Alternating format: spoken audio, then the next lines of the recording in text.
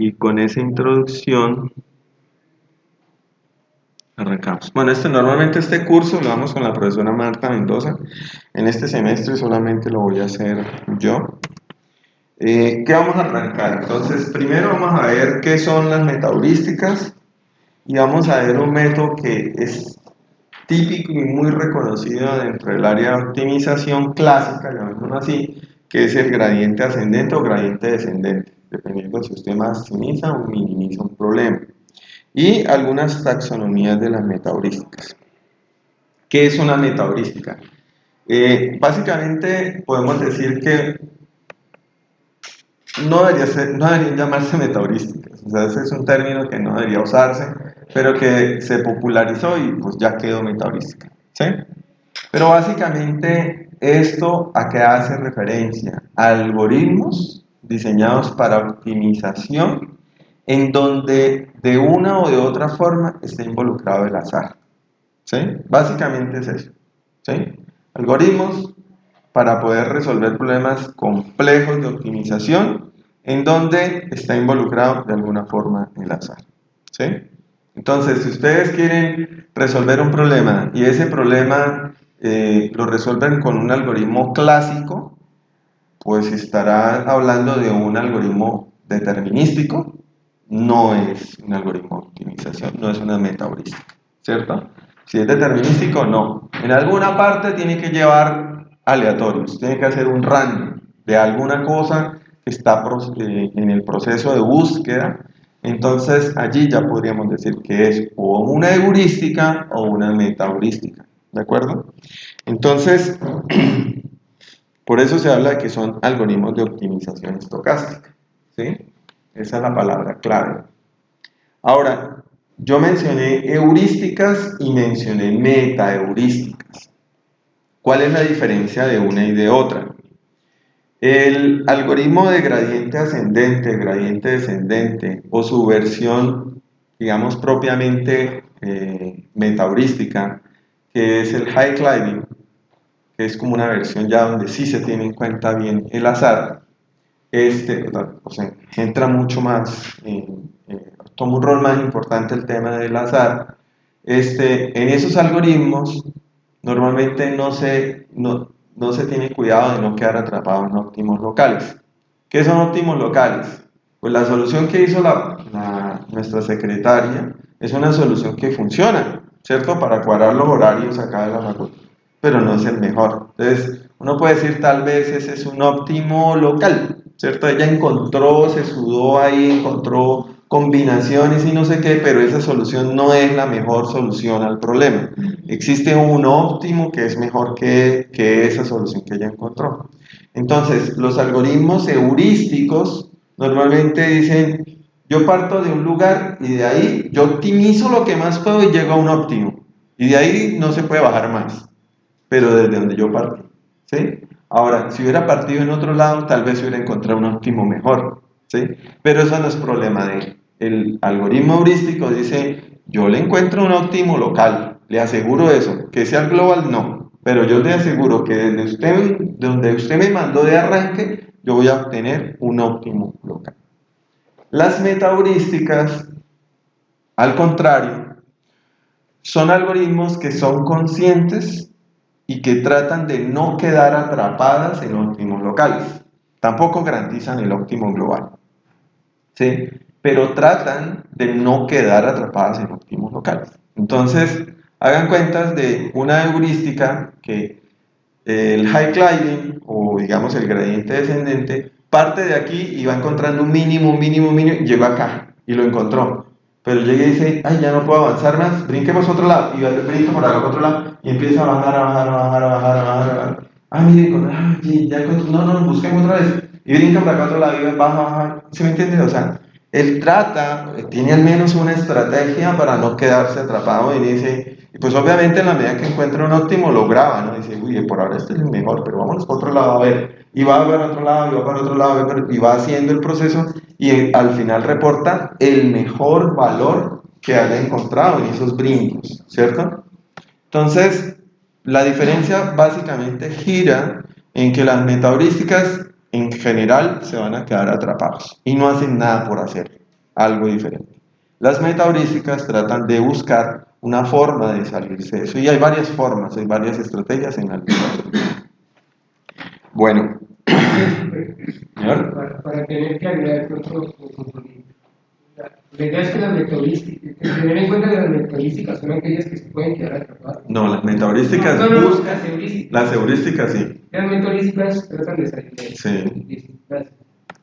Entonces, bueno, en general uno busca que las metaheurísticas o las heurísticas sean muy sencillas, ¿sí? O sea, uno busca que el modelo que hay por dentro sea sencillo y que ese modelo de algoritmo se pueda adaptar a diferentes problemas, para resolver diferentes problemas. Esa es básicamente la idea de una metaheurística.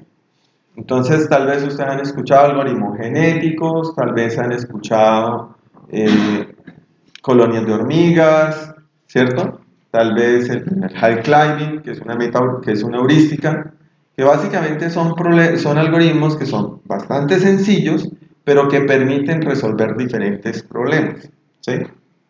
Ahora bien, si a mí me preguntan, yo no sé, no conozco bien el problema, no sé cuáles algoritmos podría utilizar, ¿usted qué me recomienda? ¿Cómo enfrento el problema? ¿Cierto?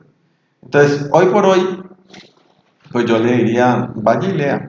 Eso es lo primero que tiene que hacer, ¿sí? O sea, usted el problema que se está enfrentando es muy poco probable que usted sea el primero que lo va a enfrentar en la vida, ¿sí? O sea, a este momento, no. Ya mínimo hay un hindú, un chino o demás que ya han tenido ese problema, ¿cierto? Entonces, lo primero que hay que hacer es ir a la literatura y mirar cuáles algoritmos ya se están utilizando y se están reportando. Hay un tema muy importante y es, no, es que yo estoy trabajando en este tema y no sé cómo se llama, pues eso es lo primero que hay que hacer, ¿cierto? Entonces, ay, no, que es que el postobón quiere hacer eso, no, pues busque cómo se llama el problema y ese problema en este caso se llama enrutamiento de vehículos, el problema de enrutamiento de vehículos, BRP, ¿cierto? Entonces, pues ya usted sabiendo que eso es BRP, pues va y busca quiénes tienen el problema de BRP y cuando va dándose cuenta del BRP, pero es que el problema tiene restricciones, es que lo llaman ventanas de tiempo. Entonces usted ya no está buscando BRP, sino está buscando BRP con ventanas de tiempo. Pero es que además yo tengo capacidades diferentes, es decir, mi flota, no toda la flota tiene la misma capacidad. Hay camiones grandes, hay unos más pequeños y demás. Entonces se llama vehículos capacitados. Entonces uno va buscando cuál es el nombre que más se acerca a su problema y en eso se encuentra cuáles son los algoritmos que normalmente se están utilizando para que ya arranque, pues no arranque de cero, ¿no? Porque si no, muy seguramente si arrancas de cero, pues podrás encontrar una respuesta, ¿cierto? Pero no va a ser la mejor con toda seguridad porque pues detrás de nosotros hay 50, 70 años de investigación, ¿sí? Y pues ellos ya han pasado todo lo que usted esté pasando ahí, se lo está sufriendo y va y ya otro lo hizo. Lo sufre y vuelve y le dice, pues no arranque de cero, haga ese estudio y después sí con base en eso, tal vez hasta encuentre cuál es el algoritmo que puede utilizar hoy y lo pone a correr y después usted ya hace mejoras, ¿cierto? Esa es una alternativa que puede ser mucho más práctica. Entonces, bueno, importantísimo, son algoritmos aproximados, ¿sí? Es decir, ellos no te aseguran en ningún momento que encuentran el óptimo global, ¿sí? No te lo aseguran, ¿sí? Se aproximan o buscan ese óptimo global, ¿cierto?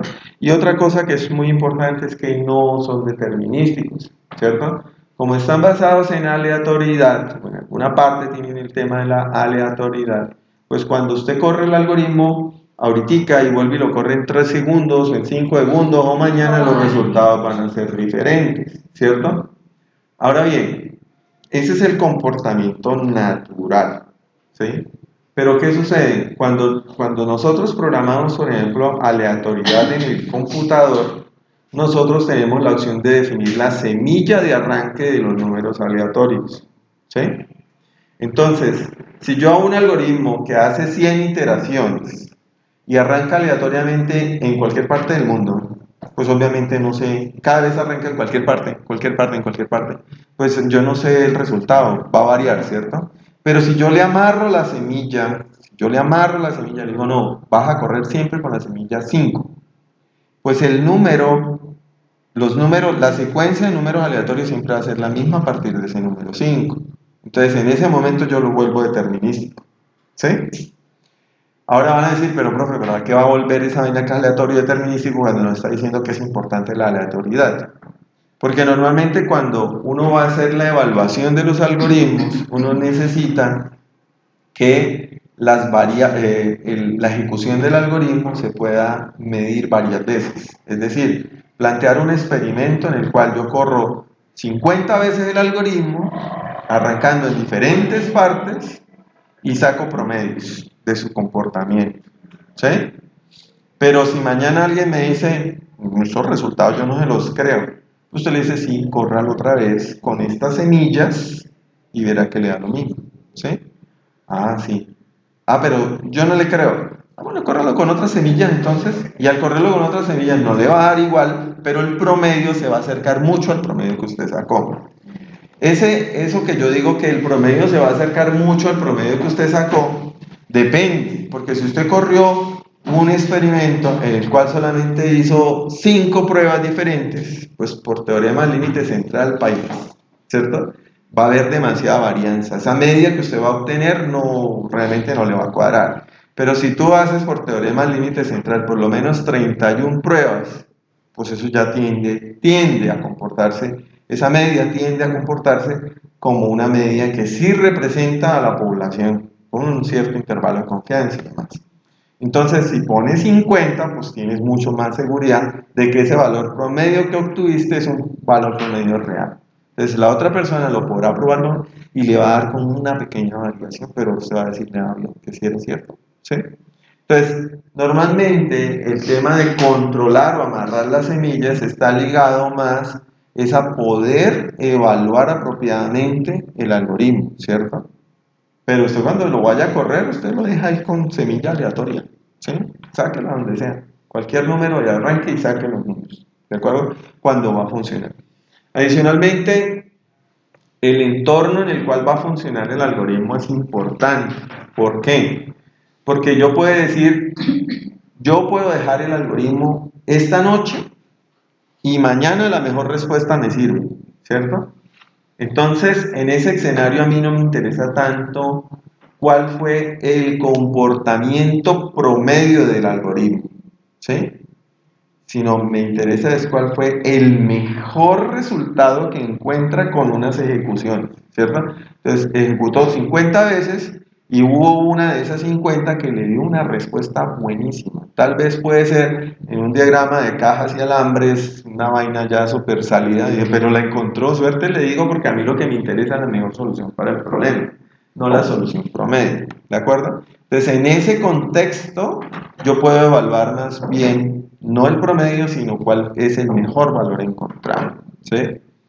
En otro escenario, como por ejemplo el de un robot que toma una decisión, por ejemplo, hablemos de algo sencillo, la barra que baja cuando baja y él frena, ella vibra, ¿cierto? Por alguna razón en la fábrica esa vaina tiene que vibrar lo menos posible, ¿cierto? Y usted hace un algoritmo de optimización que afina algunos parámetros y hace que la barra, pues usted ahí necesita el comportamiento promedio, porque usted no va a tener todas las condiciones exactas de velocidad y no sé qué cosas. Entonces, usted lo que necesita es evaluar cuál le da el comportamiento promedio para saber cuál algoritmo utilizar, ¿cierto? El mejor comportamiento promedio a esa vibración. Entonces, depende del contexto, pues lo que usted necesite como resultado también va a servir para evaluar. Bueno, básicamente hablábamos de que en los problemas existe un espacio de búsqueda y un espacio de objetivos. El espacio de objetivos para el curso de nosotros es muy sencillo porque es un solo objetivo, ¿cierto? Entonces es un número que o se sube o se baja dependiendo si yo quiero maximizar o minimizar su valor, ¿cierto? En los otros ya pueden ser planos cartesianos, hiperplanos y demás.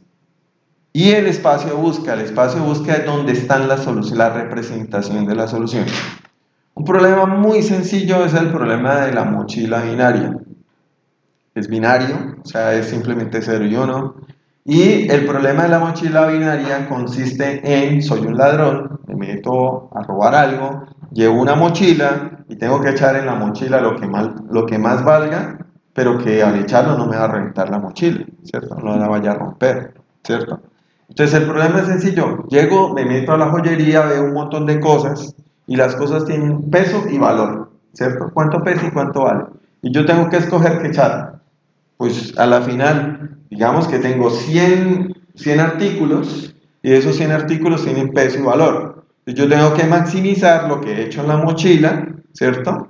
Para llevarme más plata, pero con la restricción de que no se me vaya a reventar la mochila. Entonces, escoger los elementos es, tengo los 100 elementos, digo, este va, o sea, 1 si va en la mochila, este no va, 0 no va en la mochila. Entonces mi representación es un vector que dice 0 y 1 básicamente, ¿cierto?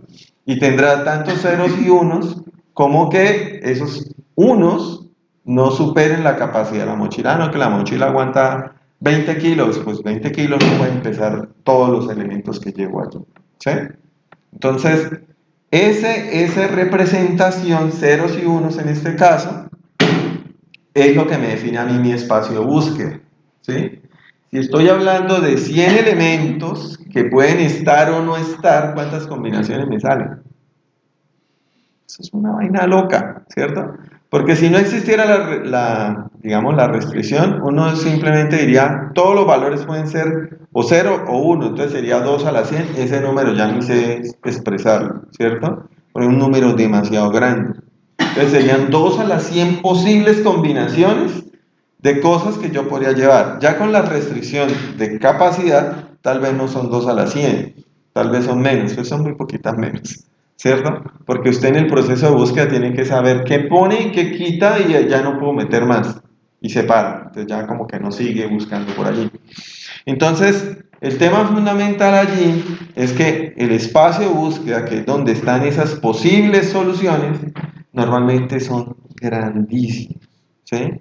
Usted coge un problema pequeñito, no, sí, lo puedo hacer por fuerza bruta. Problemas de la mochila normalmente con 10, hasta 10 objetos, pues usted los hace con fuerza bruta, el computador no se demora nada, ¿cierto? Que sería más o menos 2 a la 10, que es como 1024, ya empiezas a subir y después de 30, ya no, ya usted lo pone ahí, tal vez mañana, y tal vez si le pones 40 ya tal vez dentro de un mes, y eso estamos hablando de un algoritmo de fuerza bruta sencillo en un problema que en general es complejo, pero todavía no es tan complejo, son 40 elementos, ¿sí? Ya pone 100 y ahora llenen por ejemplo un contenedor que vas a mandar mercancía de aquí para China y llena el contenedor. Eso es un problema que en últimas es como el de la mochila, ¿cierto? Es echar cosas en el contenedor sin que el contenedor se rompa, ¿cierto? Y pues obviamente tú quieres mandar por algunas reglas, pues los que más plata te den, ¿cierto? Los productos que te den más rentabilidad, pero miércoles allá hay otro problema y es que estamos hablando de volumen. O sea, tú no puedes echar lo que quieras pensando en el peso solamente, sino que tienes que empezar a jugar Tetris, ¿cierto? Y adicionalmente, muy posiblemente, la forma como se descargue el contenedor en el lado del cliente es importante, ¿cierto? Porque tal vez todo no va para el mismo destino, o sea, llega al mismo puerto, pero cuando montan el contenedor dentro de un camión y lo empiezan a repartir, tal vez, pues tú no pudiste haber dejado de primero, o sea, en el fondo del contenedor, lo primero que tenías que descargar, ¿cierto?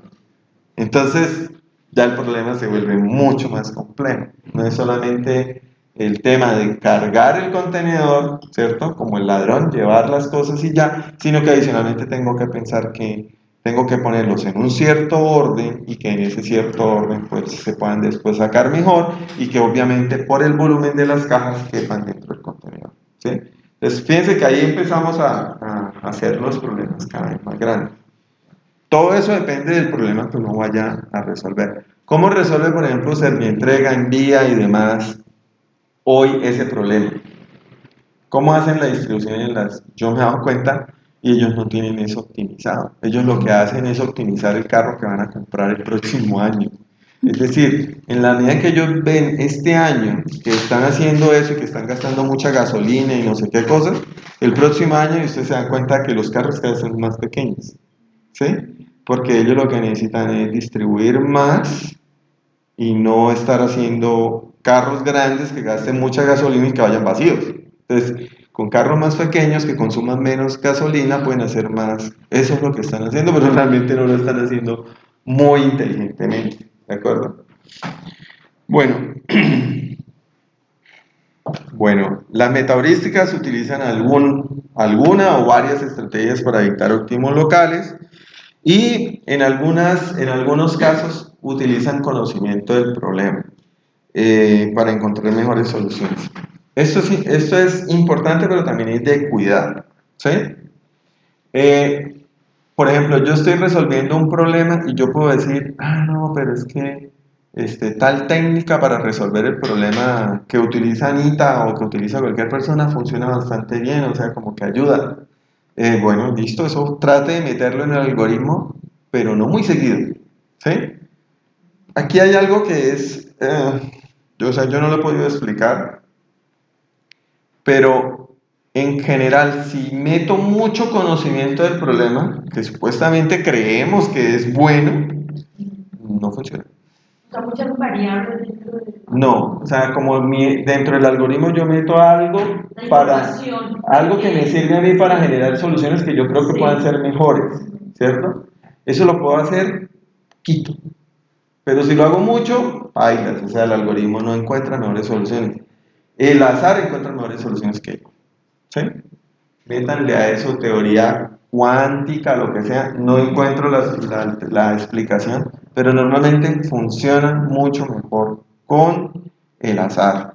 ¿Sí? Entonces, en ciertos algoritmos nosotros hemos hecho alguna punta de técnica que puede servir para mejorar soluciones, pero pues no nos damos mucho esfuerzo a hacer eso porque normalmente ese conocimiento como que ayuda a encontrar mejores soluciones que quedan en óptimas locales. ¿Sí? Pero súper interesante. Sí, lo más interesante sería encontrar por qué sucede eso, que eso es lo que no hemos podido encontrar. Es prácticamente el mismo comportamiento de la dinámica universal. Sí, o sea, El caos en la dinámica universal ha sido lo que ha generado las soluciones que nos vemos hoy, el resultado de... Digamos es eso, pero pues digamos que si nosotros nos vamos al lado de somos racionales, se supone que si encontramos una forma de hacer las cosas mejor, porque esa forma no encuentra eso y el azar encuentra mejores cosas que, ¿cierto? Ahora, no quiere decir que una solución de azar, basada solo en el azar, tal vez sea la mejor, ¿cierto? Con un poquito de conocimiento, tal vez puede que encuentre más rápido una respuesta, ¿sí? Y eso sí lo hemos logrado, o sea, que metiéndole algún tipo de conocimiento concreto podemos hacer que más rápidamente encuentre mejores respuestas, muy a pesar de que tal vez en el largo plazo se quede apretada, se queda atascada en óptimos locales. Entonces uno tiene que jugar con eso. A ver, voy a ponerles un ejemplo de eso.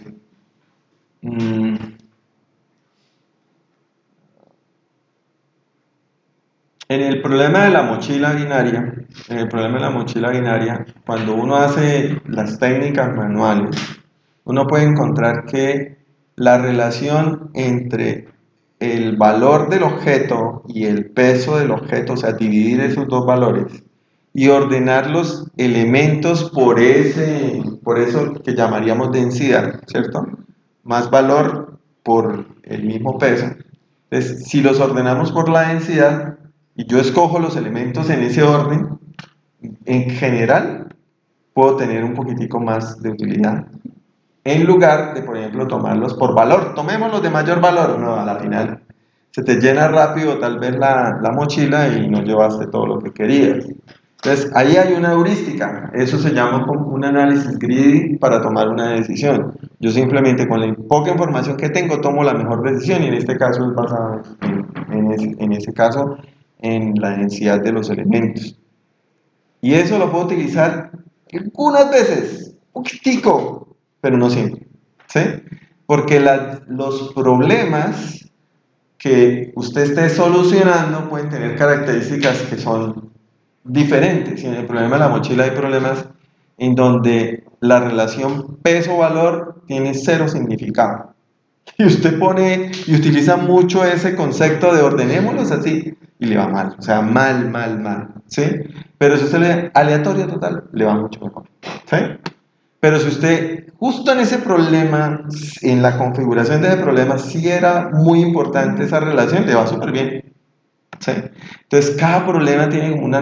pues estamos hablando del problema de la mochila binaria, miércoles, pero en el problema de la mochila binaria, yo les digo a ustedes, invéntense problemas de mochila binaria, entonces les ponen pesos, les ponen valores, todo, y entonces, por ejemplo, el profe me entregó uno que tiene relación directa peso-valor, entonces yo le corro el algoritmo que toma esa heurística y le va súper bien. Pero Víctor dice, no, no, yo lo voy a hacer al contrario, entre más valor tenga, menos peso va a tener, o sea, lo inverso, ¿no?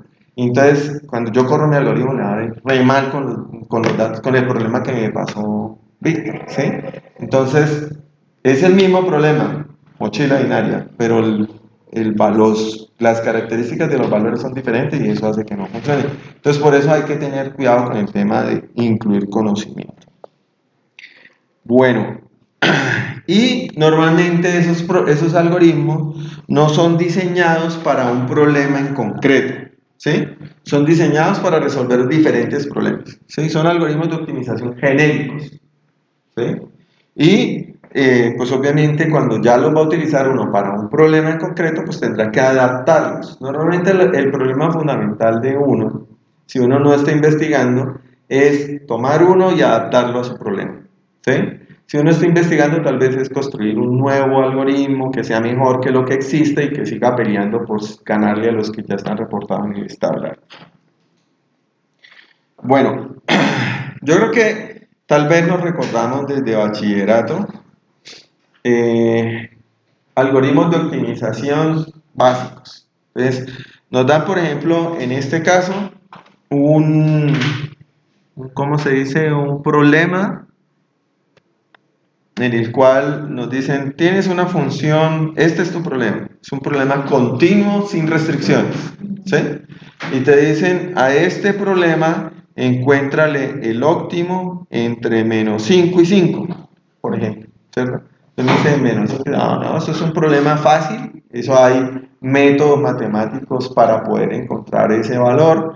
Entonces, en este caso, nuestra ecuación, la que nos están dando es esta, x2 más 5x más 6, aquí tenemos los valores a, b y c. En matemática nos dicen, eso es fácil, usted derive ese problema, derive la función, entonces al sacarle la derivada a esto, pues esto nos da derivada con respecto a x, que es la única variable, sería 2x más 5, ¿cierto? Entonces, bueno, aquí la están haciendo con la genérica, 2ax más b, ¿cierto? Y eso igualelo a 0. Entonces, en este punto, usted va a encontrar el mínimo, entonces el x mínimo es igual a esto, que si tomamos los valores de esta ecuación, pues va a ser menos 2.5, ¿cierto? En menos 2.5 está, en esa posición, está el mínimo. ¿Cuál es el mínimo? Pues reemplace ese menos 2.5 en la ecuación, entonces este menos 2.5 reemplazado aquí sería menos 2.5 al cuadrado más 5 por menos 2.5 más 6 que da menos 0.25. Y entonces aquí estoy hablando, mi mínimo es menos 0.25, ¿cierto? En un problema que es continuo, en un problema en donde ya sabemos clarito cuál es la función que vamos a optimizar.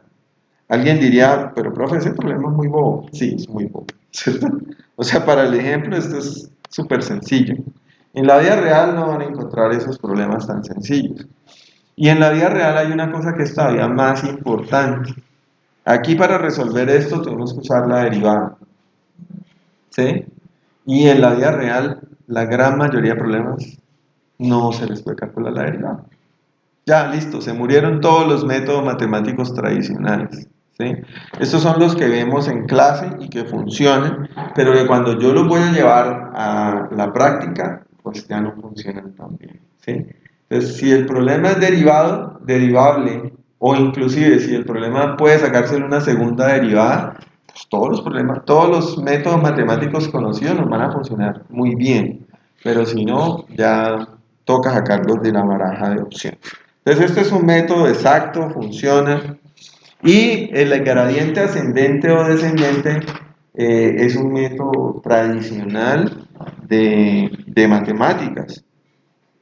En ese método básicamente se utiliza la derivada o el gradiente, y recuerden que en matemática nos dicen que el gradiente nos da la dirección de hacia dónde o crece, si yo lo sumo, o decrece, si yo lo resto, la función objetivo o la función que yo estoy optimizando, ¿cierto? Entonces, cosas importantes aquí. Si yo estoy, por ejemplo, en este punto, XY, y en ese punto XY yo saco la derivada y yo sé que la derivada va en esta dirección o el gradiente, pues yo, si corro el valor X un poquito hacia la izquierda, pues automáticamente va a subir el valor de la función, porque él me está diciendo que hacia allá va a subir el valor, ¿cierto? Entonces él me dice para dónde sube y para dónde baja, dependiendo de si sumo o si resto. Entonces, esto en una ecuación y igual a f de x, ¿cierto? Donde tengo solamente una variable independiente x y la variable dependiente o el objetivo que sería y, ¿de acuerdo? Ahora, en 2D, pues ya tendríamos un x, un y, o un x1, un x2 y un f de x1, x2, que sería nuestro objetivo, ¿cierto? Entonces, allá lo mismo, si la función se puede diferenciar, pues no importa que yo esté por aquí, pues voy a encontrar cómo ir bajando, bajando, bajando hasta que encuentro el mínimo, ¿cierto? Si estoy minimizando. Me voy al contrario de la deriva. Bueno, vamos a mirar aquí un poquito un ejemplo. La ecuación es x cuadrado, súper trivial, ¿cierto? Que es esta ecuación que está aquí, ¿cierto? Le sacamos la derivada de esa ecuación, pues es 2x, ¿cierto? Ese número pues es esta línea que está acá, esa es la derivada. Ahora, el signo de la derivada en un punto da la dirección hacia donde crece la función. Entonces, si estoy, por ejemplo, en ese punto, en el punto menos 1, ¿cierto? Aquí dice, bueno, si se alcanza a ver, ahí dice menos 1, entonces menos 1 al cuadrado pues da 1, ¿cierto? Ese es el punto. Si en ese punto calculo la derivada, pues menos 1 por 2, menos 2, ¿cierto? Entonces él nos dice hacia dónde va a crecer el valor. Este es el valor de la derivada, menos 2. Entonces él dice que hacia el lado izquierdo va a crecer la función, ¿cierto? Entonces si yo me muevo, pues podré moverme hacia el lado izquierdo si estoy buscando el maximizar, o hacia el lado derecho si quiero minimizar. Aquí pasa lo mismo. En este caso, en este punto, que x es 1, su f de x es 1 al cuadrado, daría 1, ¿cierto? En ese punto calculo el valor de la derivada, 1 por 2 da 2, quiere decir que hacia la derecha crece. Y pues si estoy buscando minimizar, pues hacia la izquierda me tendría que desplazar, ¿de acuerdo? Bueno, en esto, si vamos a ver, el algoritmo es bastante simple. Yo arranco de un punto en el espacio de dimensiones, en este caso estamos hablando de una sola dimensión porque es x, ¿cierto? En ese punto voy a arrancar y voy a sacar un número aleatorio. Y con base en ese número aleatorio, lo que voy a hacer es que me voy a desplazar, mire, este x transforma el x anterior para un x nuevo, ¿cierto? Pero le sumo o le resto, dependiendo si voy a maximizar o minimizar, la derivada de la función que yo estoy optimizando por un alfa que es básicamente una rata de aprendizaje, ¿sí? Es como un valor. Esto lo que me dice es, estoy en un punto aquí, ¿cierto? Ahora, el nuevo punto al que me debo mover es ahí donde estoy, más si voy a desplazarme hacia el máximo, un alfa, que es una rata de aprendizaje, normalmente 0.1, digamos, punto, un poquitico, por la derivada. Entonces la derivada me dice, mándeme a la izquierda, pero entonces de eso un pedacito, y él se va a desplazar hacia la izquierda y le va a calcular otra vez el fin. Y se espera que en ese punto, pues yo tenga un valor un poquitico mayor, que estoy maximizando. ¿De acuerdo? Ese es el ejercicio. Entonces, fíjense que el algoritmo termina siendo que 1, 2, 3, 4, 5 líneas. Súper simple. Con la debilidad, obviamente, que tenemos de que se necesita tener en este caso la derivada. Entonces, aquí fijando, si estoy maximizando, se suma acá, y si estoy minimizando, entonces lo que se hace es que se resta. ¿Qué sucede? Yo, ¿cuándo debería detener el algoritmo? Aquí dice, repita esto hasta que se encuentre la solución ideal o se acaba el tiempo. ¿Sí? Entonces, ¿cómo hago para definir que encontré una solución ideal? En matemática nos enseñan que cuando yo llego aquí y saco la derivada y la derivada es 0, o encontré el mínimo o me quedé en un punto de equilibrio, ¿cierto? O una silla de montar que llamaban, ¿cierto? Por la figurita esa de 3 dimensiones, que parece una silla de caballo. Entonces, si yo saco la derivada, entonces aquí me quedé o en un, o me quedé en un óptimo local, o por el contrario, ya encontré el óptimo, ¿cierto? Entonces, pues ya con esto podemos hacer un algoritmo. Revisemos acá un poco. Vamos a minimizar la misma función, x cuadrado, 2x. Entonces, partí aleatoriamente en el punto 1, ¿cierto?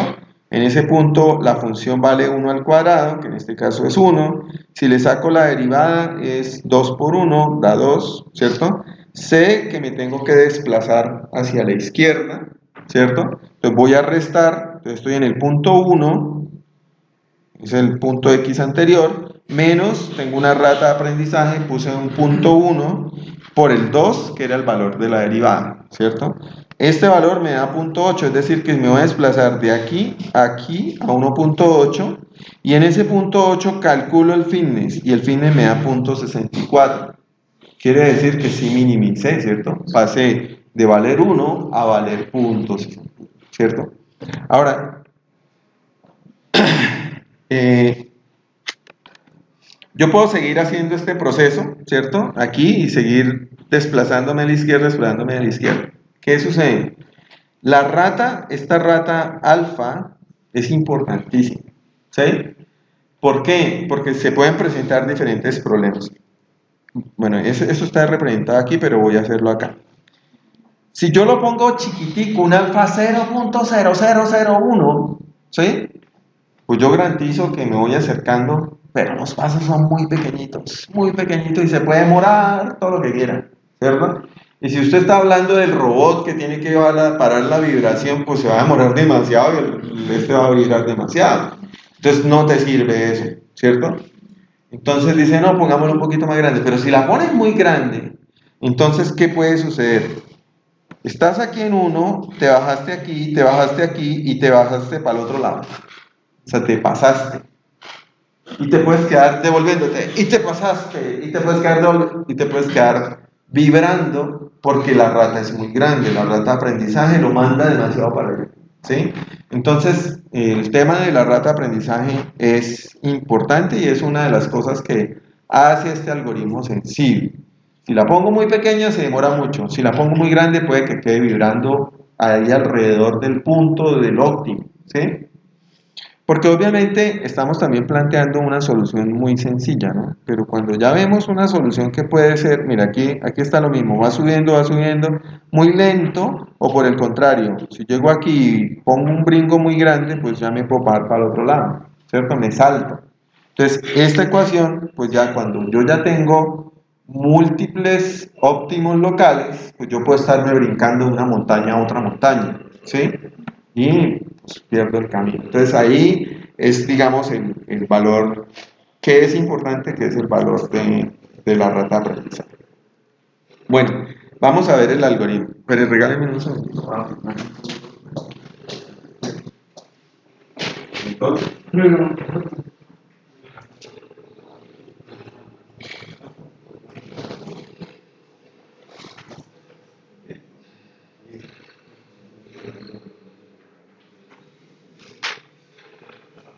Hola, ¿cómo estás? Muy bien. Muy perfecto. A mí también. Ah, pero de pronto ya más para más capacitadores.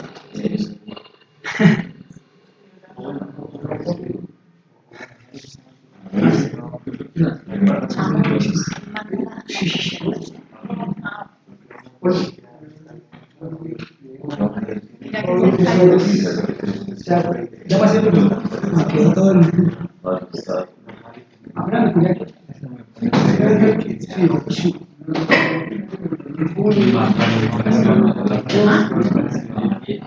Yo quiero decir,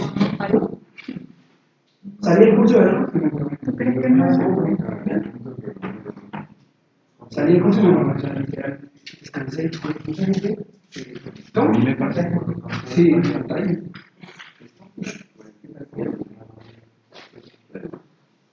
bueno, Fabián, preséntate porque tenemos... buenos días, mi nombre es Camilo, soy estudiante de la maestría en computación de segundo semestre y mi director, el profesor Carlos Corso. Bueno, vamos a ver el código.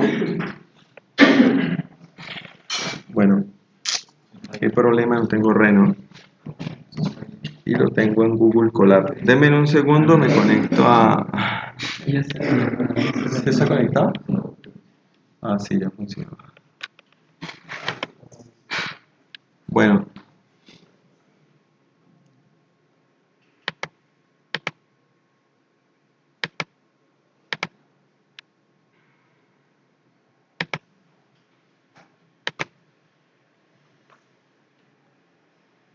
Bueno, vamos a ver.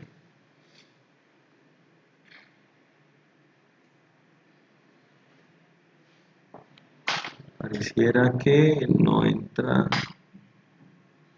Sí, apenas conectó. No, pero es porque creo que tengo el proxy deshabilitado.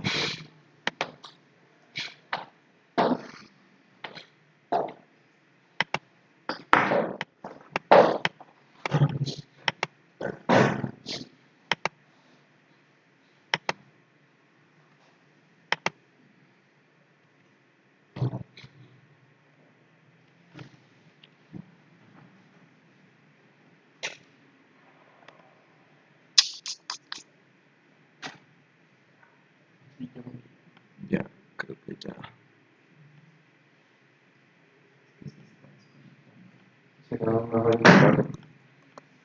¿No? No, es que no vamos a poner el...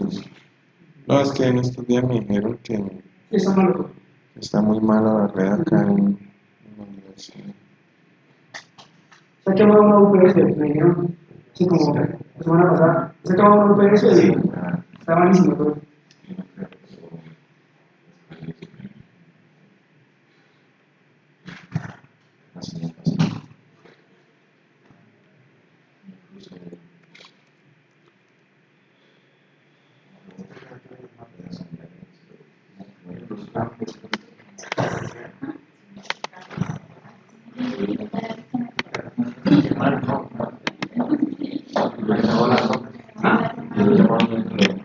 No, sí, ahora es como no. Solamente por WhatsApp me llamas. Solo por WhatsApp. Sí, eso me di cuenta, o sea, mira. Pero no tengo más. Ya no más. Sí. Sí. Por WhatsApp.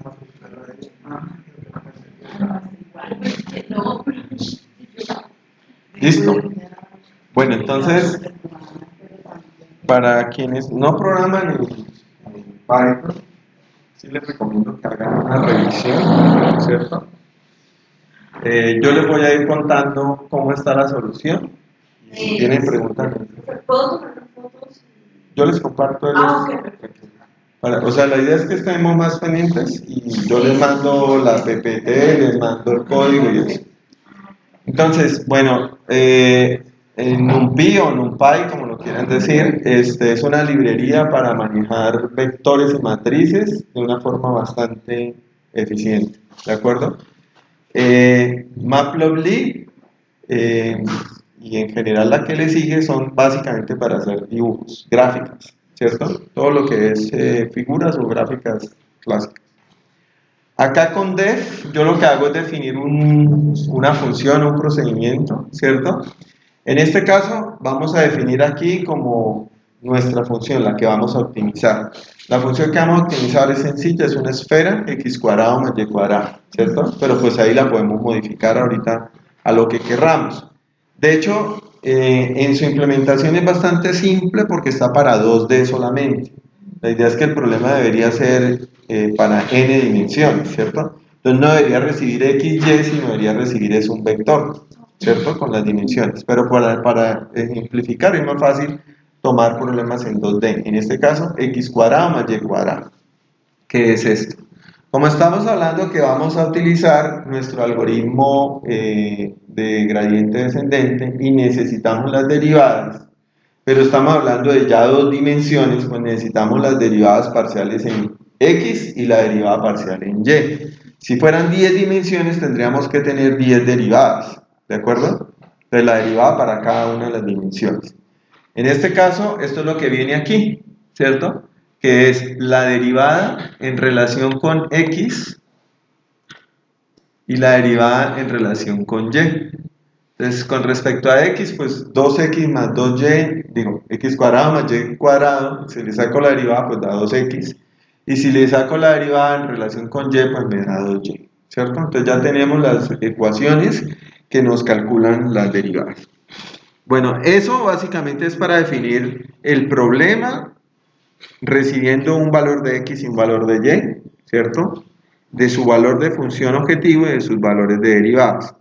Ahora vamos a ver el algoritmo como tal, el algoritmo del gradiente descendente. El algoritmo del gradiente descendente, entonces, ¿parte de qué? Parte de recibir, en este caso, una posición x y y inicial, ¿cierto? Es decir, en el espacio de búsqueda, ¿dónde vamos a arrancar? ¿En qué puntito vamos a arrancar? Esto puede ser que lo recibe o puede ser que aquí internamente yo lo defino, ¿cierto? ¿Sí? Puede ser así, de las dos formas. Lo tengo así básicamente porque me queda más fácil para mostrar algo que quiero hacer ahorita más adelante. Ahora, la rata de aprendizaje, que es el alfa, ¿cierto? Y adicionalmente un número de iteraciones o bucles. ¿Cuánto voy a repetir? ¿Cierto? Ese cuánto voy a repetir podría haber sido simplemente un número o podemos haberle dicho, no, repita hasta que el punto o la derivada sea 0 o casi 0 o la variación entre el número anterior y el nuevo número sea tan chiquita que pare, ¿cierto? Yo puedo definir diferentes mecanismos de parar. En este caso, la más fácil, número de iteraciones. Ahora, este X y este Y, pues son el punto inicial, el que me mandaron, ¿cierto? El X y Y que me mandaron como inicial. Voy a tener aquí un arreglo y en ese arreglo voy a registrar el valor X, el valor Y y el valor de la función de actitud para ver si él realmente va a ir bajando o no va bajando. Entonces yo voy registrando en ese vector todos esos valores. Y después hago el bucle que él nos mostraba en la diapositiva. Me devuelvo. Aquí. Este bucle que es este repita hasta. Entonces este repita hasta lo convertimos, es un for hasta 100 iteraciones, punto, ¿cierto? Pero pues podemos variarlo a las necesidades del problema. Ahora, ¿qué hago? Calculo el gradiente, ¿cierto? En las dos dimensiones, ¿cierto? En X, ¿cuál es el gradiente? En Y, ¿cuál es el gradiente para cada uno de esos, del punto en el que estoy, ¿cierto? En este punto, ¿cuál es el gradiente en X y cuál es el gradiente en Y? Ahora, hago la actualización de los parámetros. Entonces, el nuevo X de ese punto, que está conformado por X y Y, pues es igual a la X anterior, como estoy minimizando, menos la rata de aprendizaje multiplicado por el valor de del gradiente. Y lo mismo el Y menos la rata de aprendizaje por el gradiente. ¿De acuerdo? Si fueran 10 dimensiones, pues X sub I igual a X sub I menos la rata de aprendizaje por la derivada del punto, ¿cierto? En esa dimensión I, ¿sí? Pues no tendríamos esto así X, Y, Z, W, ¿no? Sino lo tendríamos con un for. Y ese punto que acabé de encontrar, le digo, pues señor, agréguelo a mi historial, ¿cierto? Para después hacer con eso algo, mostrar por lo menos el historial. Y ahí se acabó, ese es el algoritmo, eso es todo, no hay más, ¿sí? Finalmente, ¿qué hago? Retornar el X y Y, que en última serían el X y Y que acabé de encontrar como la mejor solución, el F de X y Y de este último punto, porque lo que hice fue tomar un punto e irme corriendo hasta encontrar ese mínimo, y pues retornar también la historia, porque con la historia quiero hacer algo. ¿Listo? Ahora, vamos a llamar el algoritmo, vamos a ejecutar ese algoritmo. Esto aquí básicamente es para hacer el dibujo de la mallita, esta mallita, ¿sí? Es para hacer este dibujo, ¿sí? Entonces calculo un rango entre menos 10 y 10 y le pongo diferentes, la mallita, el ancho de punto 1 y lo mismo en X y Y, y después hago el gráfico de acuerdo a la función. Realmente arrancamos aquí, entonces decidimos cuál es nuestro punto de arranque, lo pongo en 8,8, ¿sí? 8,8. ¿Por qué? Porque sí, o sea, no, bueno, pongámoslo en 8,5. Alguien dice, no, pero profe, ¿por qué ambos positivos? Ah, bueno, está bien, entonces pongámoslo aquí en menos 8, ¿sí? Listo, o sea, un punto de arranque aleatorio. Le definimos una rata de aprendizaje, punto 1, y le digo que haga 20 iteraciones. Llamamos aquí a nuestro algoritmo, ¿cierto? Aquí llamamos a la función del algoritmo de gradiente descendente, y él nos va a entregar estos valores, el X óptimo, el Y óptimo, que no debería llamarse óptimo, ¿no? Es el que yo encontré, ¿sí? Es el más óptimo que encontré.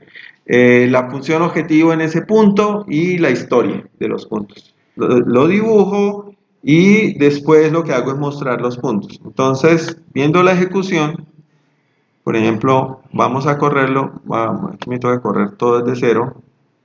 Aquí defino la función, ahí se está conectando. ¿Ya han usado Colab algunos? Sí, ¿cierto? Los que están ¿cierto? Entonces, bueno, ya saben que es una máquina virtual y nos conectamos y ahí le usamos los equipos a Google, ya, listo. Y ahora corremos esto. Entonces ya, en este punto, él está ejecutando, ya generó esto y este es el historial.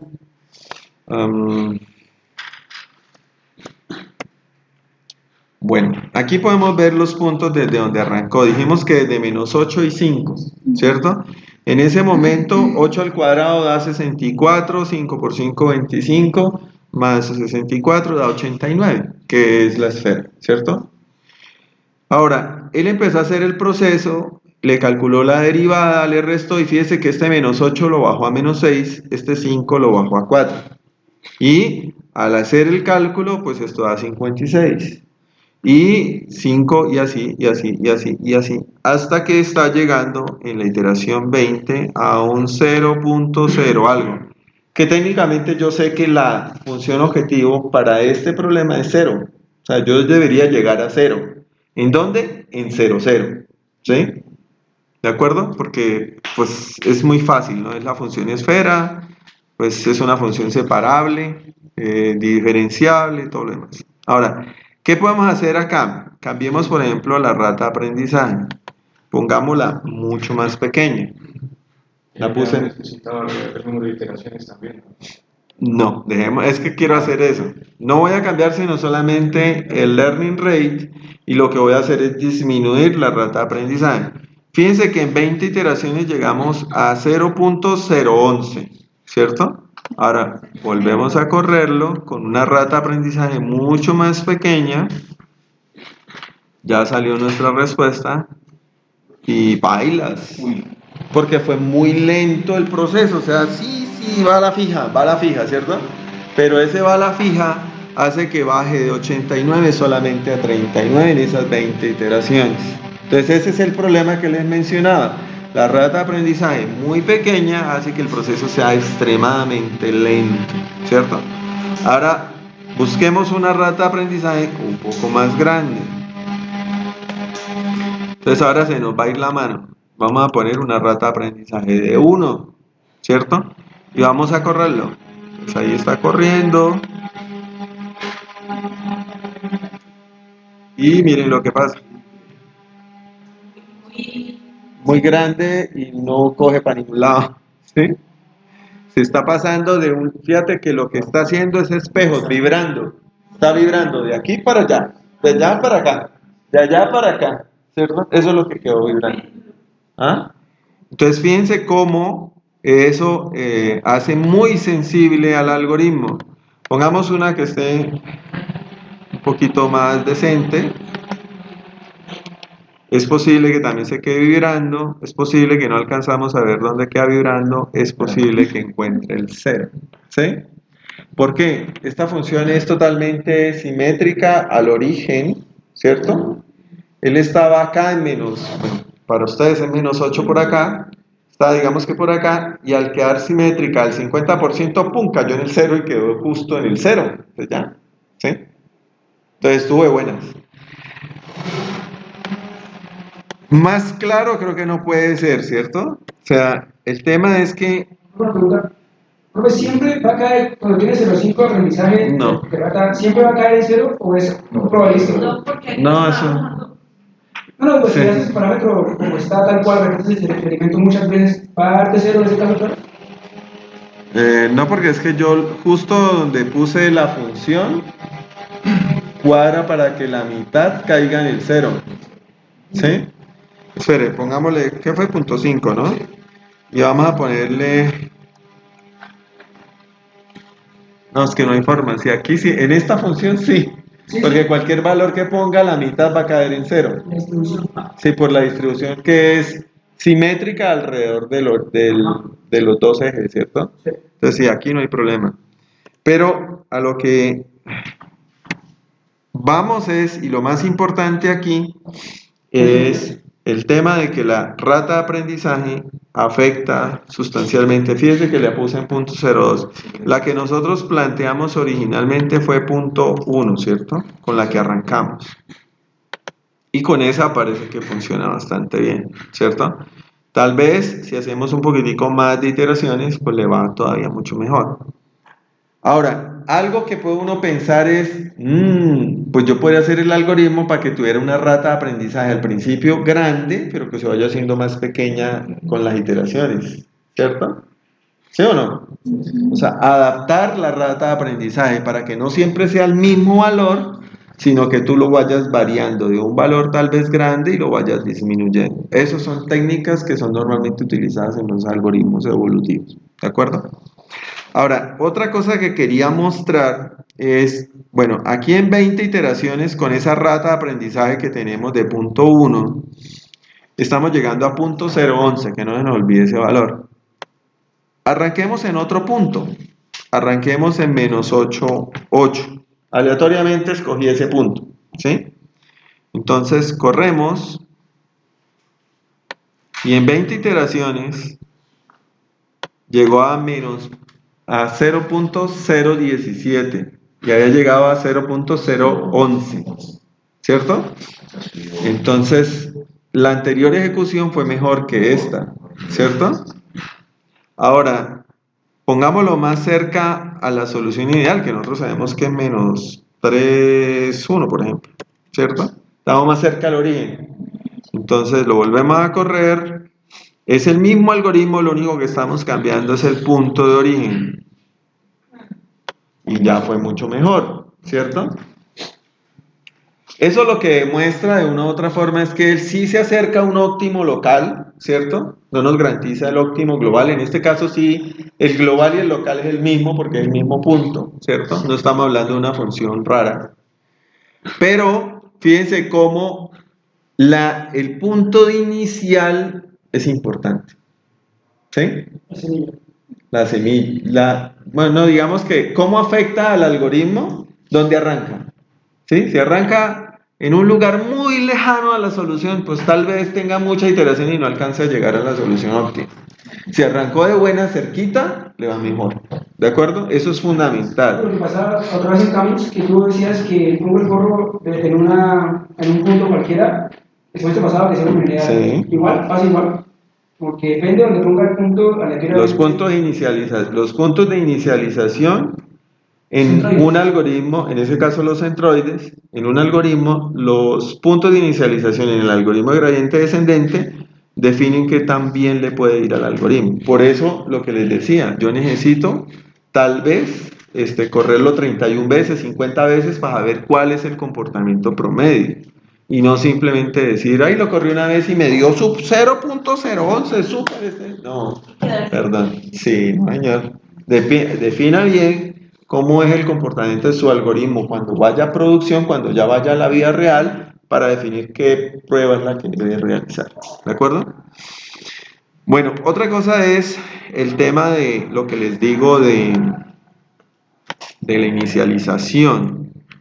Realmente esa inicialización, así como la estamos haciendo de poniendo el número yo a la fuerza aquí en tal parte y tal parte, no, eso normalmente pues yo lo voy a hacer aleatorio.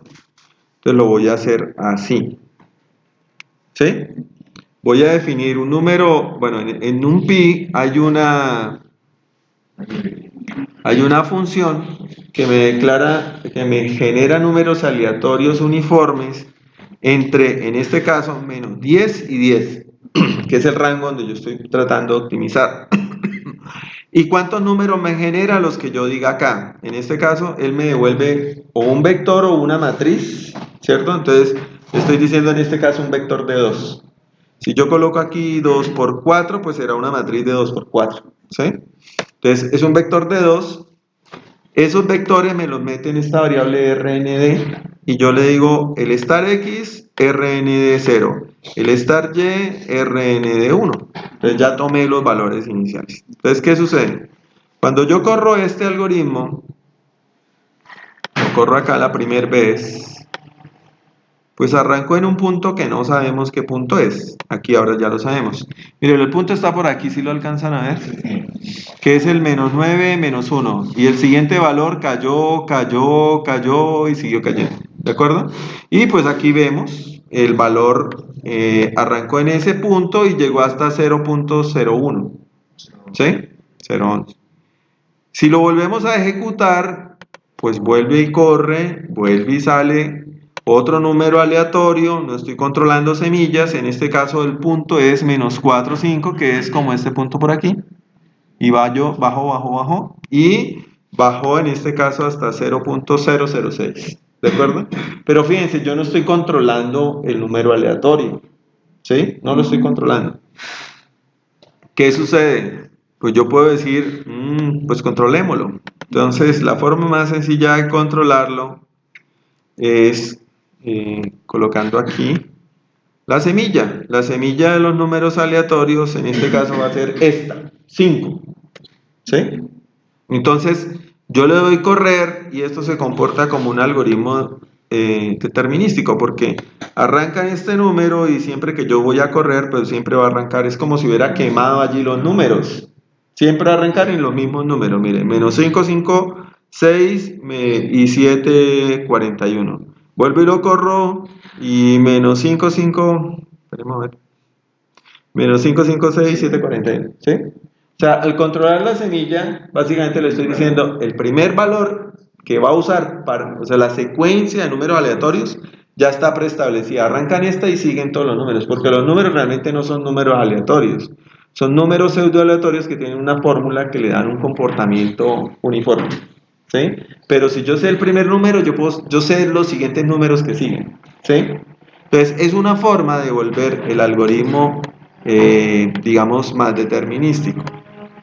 Ahora, ¿para qué hago yo eso? ¿Para qué hago yo eso? Básicamente, en este punto, voy a deshabilitar esto que tengo acá para que hagamos una prueba.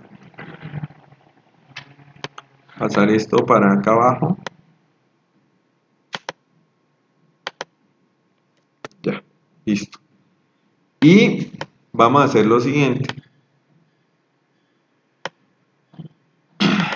Vamos a decirle a este señor que corra varias veces y nos saque cuáles son los valores f de x que obtuvo.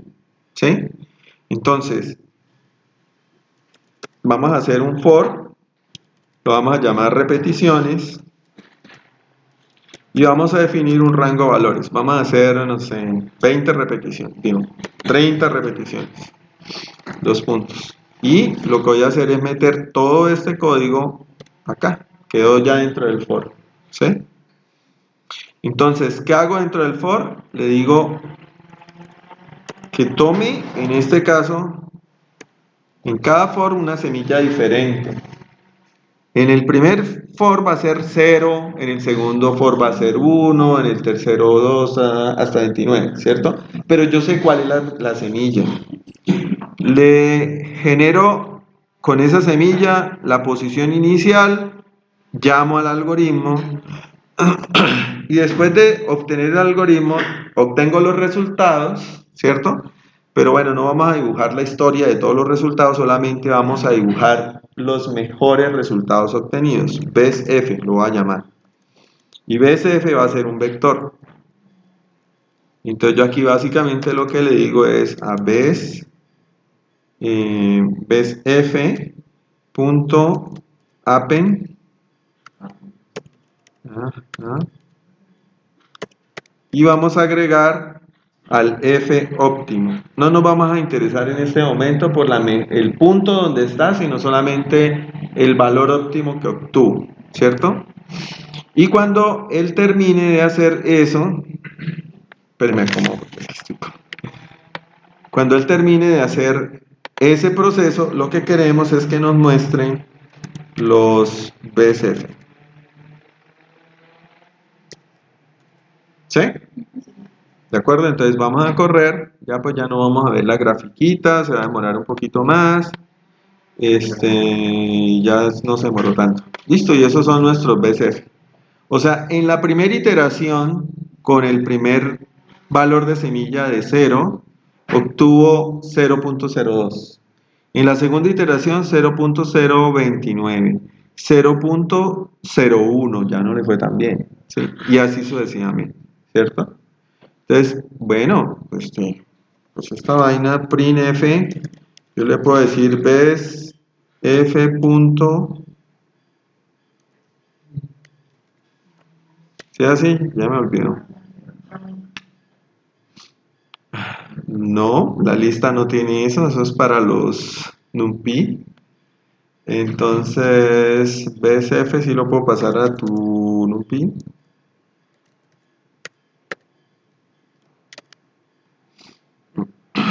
Me late que me tocó buscar. A ver, señores, ¿quién se acuerda? Min para list en Python.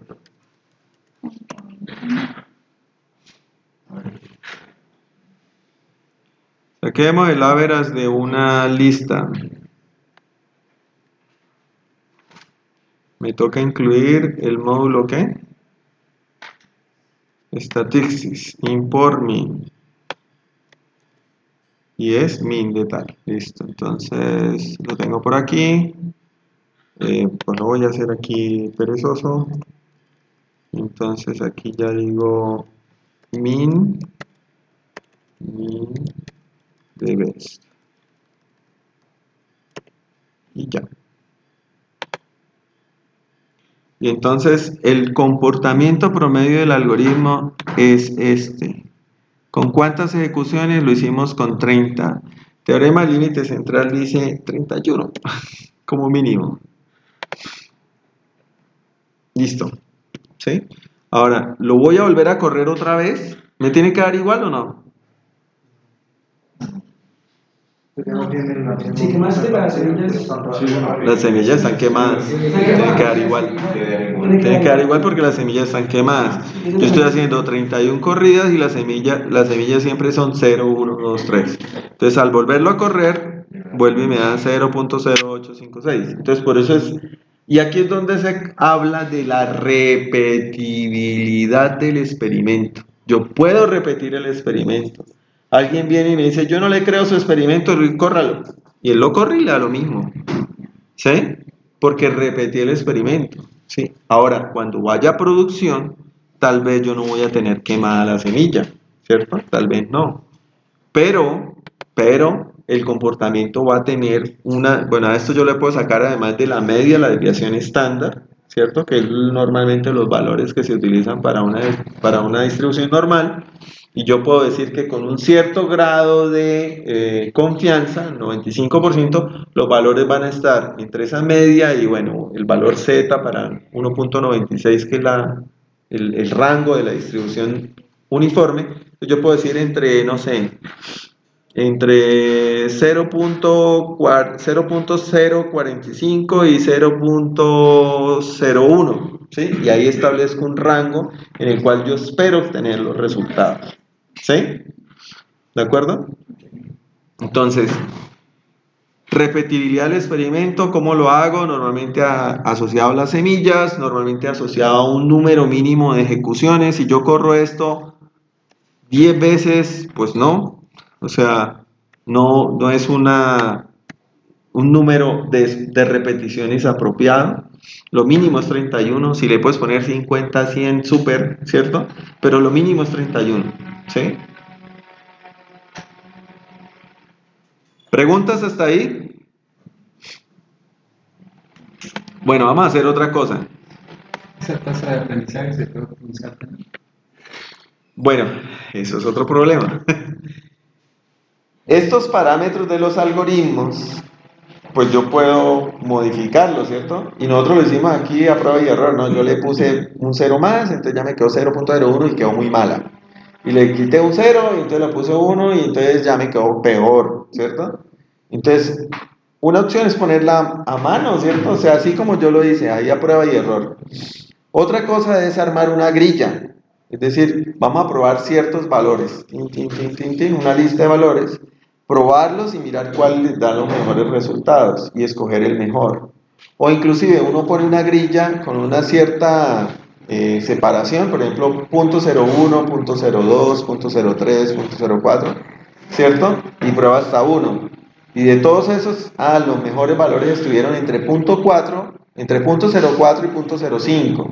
Entonces hagamos otra grilla más pequeñita allí, más finita. Entonces, .051, .052, bueno, .041, .042, .04, hasta que llegue a .05, y ahí define y entonces escoge el mejor. Esa es una opción. Y la otra opción, que es la opción por grilla, que se acuerdan que en minería de datos la utilizábamos cuando hacíamos optimización por grilla, ¿cierto? Ahora, la otra alternativa es usar una meta heurística que optimice la meta heurística, ¿sí? Entonces yo utilizo un high climbing que va a optimizar el valor de la rata de aprendizaje del otro algoritmo, ¿sí? Eso es otra alternativa. Que allá en minería de datos era la optimización por algoritmos genéticos. No me acuerdo cómo era que llamaba. Evolutionary algorithms. ¿Sí?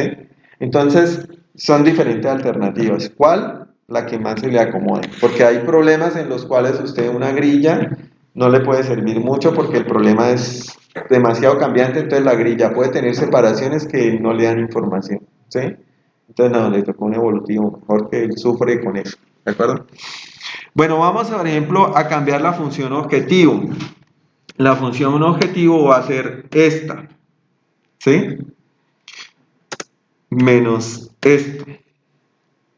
Ahora, ¿cuál es la derivada en X? ¿Cambia? No, ¿cierto? ¿La derivada en Y? ¿No? 2x al cuadrado. 2y al cuadrado. No, 2y al cuadrado. 3y ¿Puede más amplio, por favor? cuadrado, ¿cierto? No, este profesor, ¿ah? Es que más amplio que no veo. Es que de acá yo veo puras X. Entonces, esta es la función, ¿cierto? Y pues debe funcionar. Debe funcionar. Ahora, voy a hacer una cosa. En este caso, voy a volver a dejar nuestro problema sin repeticiones. ¿Sí? Voy a quitar esto para que podamos ver el gráfico y para que podamos ver, esto sale y esto sale, y nos volvemos a traer el gráfico de abajo, que era este, y que nos imprima las mejores soluciones. ¿Listo?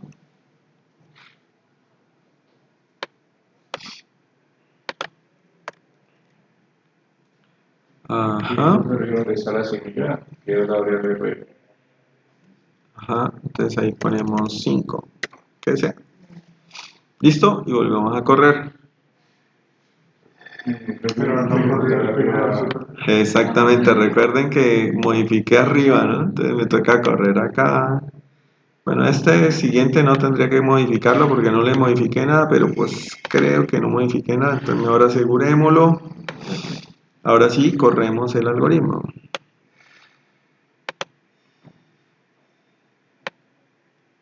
Y miércoles, ya la función no se ve tan fácil, ¿no? ¿Cierto? Ya el problema no está. Y fíjense cómo, primero que todo, la función no nos quedó bien graficada. Pero además los puntos donde arrancan empiezan a quedarse por acá trabados, hasta que por pura suerte cayó por allá, ¿cierto? Y eso se ve aquí.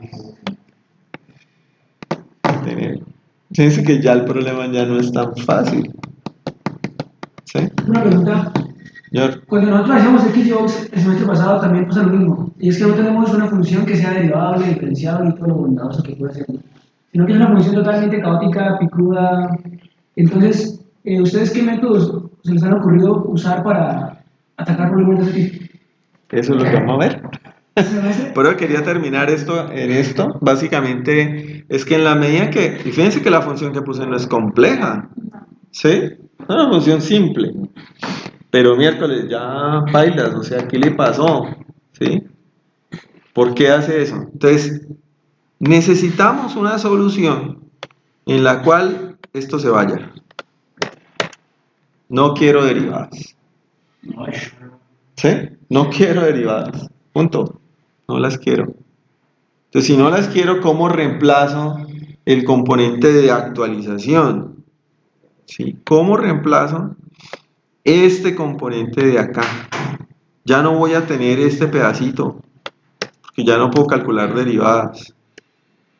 Entonces, ¿cómo reemplazo? ¿Cómo hago esta actualización para que funcione?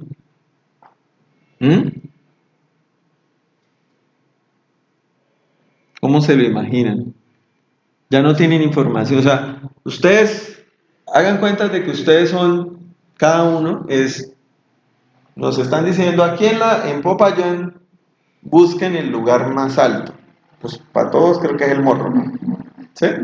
Digamos y ustedes cayeron en un helicóptero, lo soltaron y ustedes cayeron paracaídas, pero están ciegos. O sea, antes sí tenían los ojos para ver que era la derivada, pero ahorita les cayeron con los ojos tapados. Y usted cae, ¿y usted qué hace? Métodos simples. No, señor. Sin paso al límite, o sea, no usar derivadas y simplemente coger los vecinos cercanos y mirar cuál. Más simple todavía. Más o sea, simple que eso. Dígame cuál soldado del ejército colombiano te aplica simplex. Nadie. ¿Sí?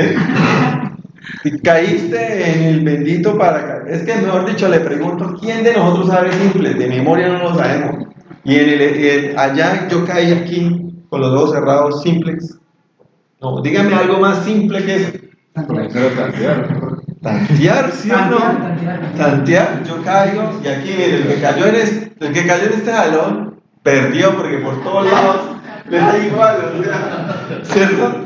Pero habrá alguno que sí y por aquí es más altico y se va hacia lo más alto. ¿Sí? Eso es. Eso es. Entonces, el tanteo, ¿cómo lo hacemos?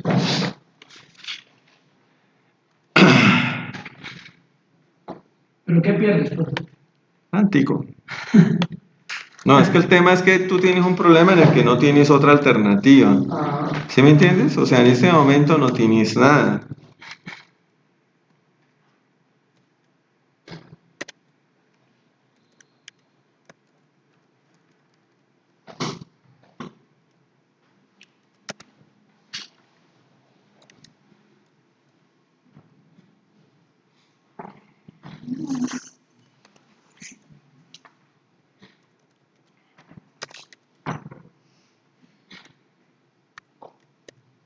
Y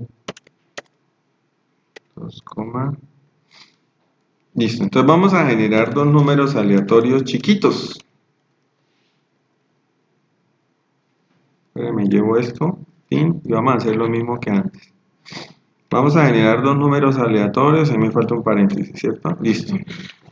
Esos dos números aleatorios están entre menos algo y más algo, ¿cierto? Que va a ser ese número que llamamos rata de aprendizaje. Entonces va a ser entre menos 0,1 y 0,1, un número aleatorio ahí. ¿Sí? Creo que cuando definí el alto, llamó la función. Señor, me equivoqué. Aquí no va esto. Va es learning rate. ¿Sí? Entre menos learning rate y learning rate. ¿Sí? Menos y más. ¿De acuerdo? Y entonces, ¿qué vamos a hacer? Le vamos a sumar o restar porque allá ya nos está dando positivo o negativo, ¿cierto? Nos está dando entre menos y más. Le vamos a sumar RND 0 y aquí le vamos a sumar RND 1. ¿De acuerdo? ¿Sí? Creo que es RD. Sí, señor. RND y aquí es coma, sí, señor. ¿Listo? Bueno, pero ¿eso solo es suficiente?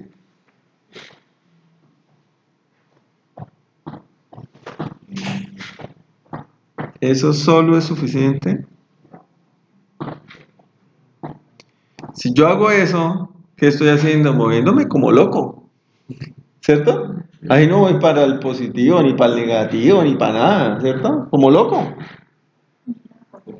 Yo necesito preguntar si sí fui mejor, ¿cierto? comparación. Tengo que comparar si sí fui mejor. Entonces, vamos a decir, no, entonces este es la segunda posición posible. O sea, este es el X, ese estoy aquí, ¿cierto? Este es mi X, y yo sé hay un F de X, ¿cierto? Y ahora hago, entonces allá es X2 con Y2.